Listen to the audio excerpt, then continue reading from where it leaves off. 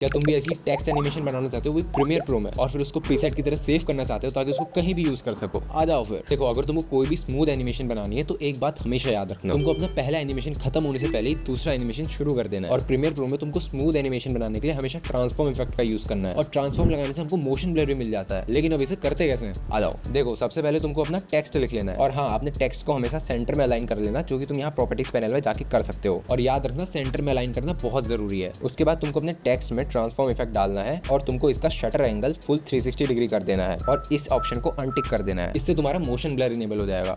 तो इसमें transform effect डालने के बाद हमको इसकी पोजीशन पैरामीटर को एनिमेट करना है। तो हम पोजीशन पे की फ्रेम लगा के इसको सबसे पहले एनिमेट करेंगे, और मैं 5 की फ्रेम आगे जाऊंगा। शिफ्ट प्लस फॉरवर्ड एरो तुम दबाओगे तो 5 की फ्रेम आगे चले जाओगे। उसके बाद यहाँ पे इसकी फाइनल पोजीशन होगी, और अब इसके ग्राफ को स्मूथ करने के लिए तुमको एरो दबाना है और यहाँ से तुमको इसको खींच के एकदम स्मूथ कर देना है, और ये कुछ ऐसा दिखेगा। तो हमको इसका आउट वाला एनिमेशन भी पोजीशन पैरामीटर पे ही एनिमेट करना है, लेकिन हमने पहले से यहाँ की फ्रेम लगा रखे हैं, तो हम एक और ट्रांसफॉर्म इफेक्ट डालेंगे इसमें, और उस ट्रांसफॉर्म का भी शटर एंगल हम 360 डिग्री कर देंगे और उसको अनटिक कर देंगे। फिर हमको यहाँ पे आउट वाला एनिमेशन बनाना है पोजीशन पे। मैंने एक की फ्रेम लगाया, उसके बाद एंड में जाके मैंने इसको पूरा नीचे कर दिया। अब इसका मैं ग्राफ एडजस्ट कर लूंगा, एकदम स्मूथ बना लूंगा। उसके बाद तुमको दोनों एनिमेशन देखना है। देखो, यहाँ के और यहाँ के की फ्रेम मेरे ओवरलैप कर रहे हैं, और यही हमको करना है ताकि ये स्मूथ बने एकदम, और अब ये बढ़िया लग रहा है। लेकिन उस एनिमेशन में वो हमारा थोड़ा रोटेट भी कर रहा था, तो मैं वापस एक और ट्रांसफॉर्म इफेक्ट डालूंगा इसमें। इसका भी शटर एंगल 360 करूंगा और इसको अनटिक करूंगा। फिर मेरे को रोटेशन पे तुम्हारे की फ्रेम लगाना है। अब रोटेशन की वैल्यू में स्टार्टिंग में रखूंगा -8 पहले की फ्रेम की, फिर 5 की फ्रेम आगे जाऊंगा और अगले की फ्रेम में मैं प्लस का 6 रखूंगा, यानी +6। उसके बाद 5 फ्रेम आगे जाऊंगा, फिर माइनस में जाएगी मेरी वैल्यू -4। फिर 5 की फ्रेम आगे जाऊंगा और वैल्यू मेरी जाएगी 2 में। फिर 5 की फ्रेम आगे जाऊंगा, वैल्यू मेरी उसके बाद मैं -1 कर दे रहा हूँ। उसके बाद फिर 5 की फ्रेम आगे जाऊंगा और मेरी वैल्यू हो जाएगी 0, और उसके बाद हमारा एनिमेशन कुछ ऐसा दिखेगा। अब अगर मेरे को थोड़ा सा स्मूथ करना है तो मैं सारे रोटेशन के की फ्रेम सेलेक्ट करके इसको कंटिन्यू बेजियर पे क्लिक कर दूंगा, और ये है हमारा कुछ फाइनल एनिमेशन। हमने इसमें 3 ट्रांसफॉर्म का यूज करा है और हर एनिमेशन के अलग ट्रांसफॉर्म यूज करा है, और तुम देख सकते हो सारे ट्रांसफॉर्म के की फ्रेम्स एक दूसरे से ओवरलैप कर रहे हैं, जो कि हमको एक स्मूथ एनिमेशन का इफेक्ट देता है। अब अगर तुमको प्रीसेट सेव करना है तो तुमको अपने सारे ट्रांसफॉर्म इफेक्ट को सेलेक्ट करना है और उनमें फिर राइट क्लिक करना है और वहां से सेव प्रीसेट पे क्लिक करना है। फिर यहाँ तुमको अपने प्रीसेट का नाम देना है और एंकर टू इन पॉइंट सेलेक्ट कर देना है। इसे सेलेक्ट करने से तुम्हारे की फ्रेम्स की बीच की डिस्टेंस फिक्स रहेगी, वो चेंज नहीं होगी। लेकिन अगर तुमने स्केल वाला ऑप्शन चूज करा तो तुम्हारे की फ्रेम्स की डिस्टेंस तुम्हारे टेक्स्ट की लेंथ पे डिपेंड करेगी, यानी जितनी छोटी लंबी लेंथ होगी तुम्हारे टेक्स्ट की, तुम्हारे की फ्रेम्स की डिस्टेंस अपने आप उसके हिसाब से चेंज हो जाएगी, जो कि हमको नहीं चाहिए ऑब्वियसली। अब तुमको तुम्हारे सारे सेव प्रीसेट्स यहाँ इफेक्ट्स के अंदर प्रीसेट्स पैनल में मिल जाएंगे। अब अगर तुमको किसी भी टेक्स्ट में अपना प्रीसेट लगाना है तो पहले तुमको टेक्स्ट लेयर बनानी है, उसको सेंटर में अलाइन करना है, उसके बाद ही अपना प्रीसेट उसमें डालना। अगर तुम सेंटर में अलाइन नहीं करोगे तो तुम्हारा प्रीसेट ढंग से काम ही नहीं करेगा। फिर अगर तुमको टेक्स्ट की पोजीशन चेंज करनी है तो तुम यहाँ मोशन पैनल में जाके कर सकते हो, और ट्रांसफॉर्म की प्रॉपर्टीज को तुमको छेड़ना भी नहीं है, कुछ नहीं करना है उसमें, कुछ भी नहीं ना। तो ऐसी तुम स्मूथ टेक्स्ट एनिमेशन बना सकते हो बहुत आसानी से, और मेरे को फॉलो भी कर सकते हो आसानी से। और मैं चला,